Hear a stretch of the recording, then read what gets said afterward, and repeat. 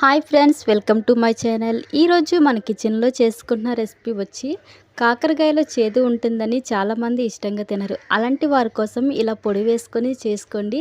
అందరూ ఎంతో ఇష్టంగా తింటారు. పిల్లలు కూడా చాలా ఇష్టపడుతూ తింటారు.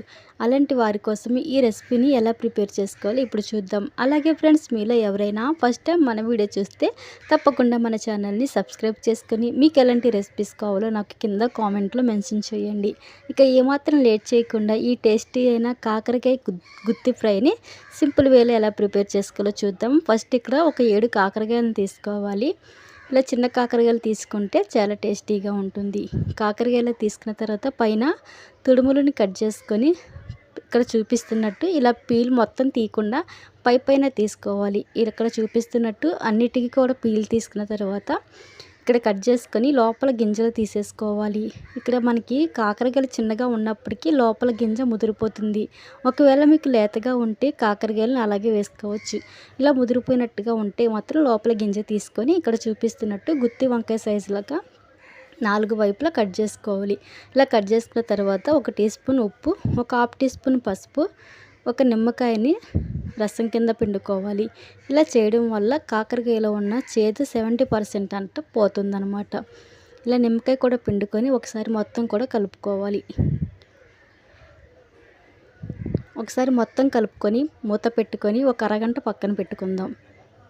తర్వాత ఇక్కడ మనం పొడి రెడీ చేసుకోవడం కోసం స్టవ్ మీద కడాయి పెట్టుకొని అందులో 1 టీ స్పూన్ మినప్పప్పు, 1/2 టీ స్పూన్ ఆవాలు, 1 టీ స్పూన్ పచ్చిశనగపప్పు, 2 టీ స్పూన్ల పల్లీలు, 1 టీ స్పూన్ ధనియాలు, 1 టీ స్పూన్ జీలకర్ర, అలాగే 2 టీ స్పూన్ల ఎండు కొబ్బరి, మన కారానికి సరిపడగా 7-8 ఎండుమిర్చి వేసుకోవాలి. కొద్దిగా చింతపండు వేసుకొని ఒక రెమ్మ కరివేపాకు వేసుకొని వీటన్నిటిని కూడా దోరగా ఫ్రై అవనివ్వాలి. మంటని మీడియం టు లో ఫ్లేమ్లో పెట్టుకొని దోరగా ఫ్రై చేసుకోవాలి. ఎక్కడ కూడా మాడకూడదు.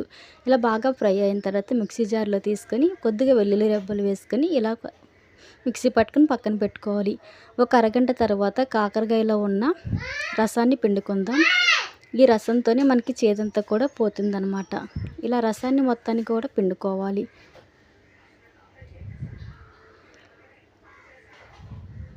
ఎంత వీలైతే ఎంత గట్టిగా పిండితే అంత ఎక్కువగా రసం అంతా కూడా వచ్చేస్తుంది. ఈ రసాన్ని పక్కన పెట్టుకొని ఇప్పుడు మళ్ళీ వాటర్లో కాకరకాయలన్నీ వేసుకొని ఎక్కడ కూడా నీళ్లు లేకుండా గట్టిగా పిండుకోవాలి.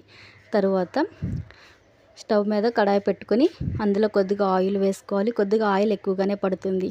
ఆయిల్ వేసుకున్న తర్వాత మనం గట్టిగా నీళ్లు లేకుండా పిండుకున్న కాకరకాయలు మొత్తం కూడా ఆయిల్లో వేసుకొని బాగా ఫ్రై చేసుకోవాలి. ఈ ఫ్రై అనేది మనకి 90% వరకు కాకరకాయలు ఇక్కడే ఫ్రై అయిపోవాలి. ఇందులో కొద్దిగా సాల్ట్, కరివేపాకు, ఒక హాఫ్ టీ స్పూన్ పసుపు వేసుకొని ఈ గోల్డెన్ బ్రౌన్ కలర్ వచ్చేంత వరకు కూడా 2 పక్కల బాగా ఫ్రై చేసుకోవాలి. ఇలా ఫ్రై చేసుకోవడం వల్ల ఇంకెక్కడైనా చేదు ఉంటే చేదు మొత్తం కూడా పోతుంది.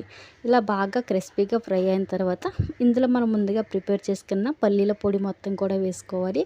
మనం పొడి అంతా కూడా ముందే ఫ్రై చేసాం కాబట్టి ఎక్కువ ఫ్రై అవ్వాల్సిన అవసరం లేదండి. ఒక 5 నిమిషాలు ఇలా టాస్ చేసుకొని కాకరకాయలకి మసాలా మొత్తం పడితే సరిపోతుంది. ఇలా ఫ్రై చేసుకొని సర్వ్ చేసుకొని వేడి అన్నంలో కొద్దిగా నెయ్యి వేసుకొని తింటే చాలా టేస్టీగా ఉంటుంది. ఈ రెసిపీని మీరు కూడా ట్రై చేసి మీకు ఎలా కుదిరిందన్నది నాకు కింద కామెంట్లో మెన్షన్ చేయడం మాత్రం మర్చిపోకండి. మరిన్ని వీడియోస్ కోసం మన ఛానల్ని సబ్స్క్రైబ్ చేసుకోండి. Thank you for watching.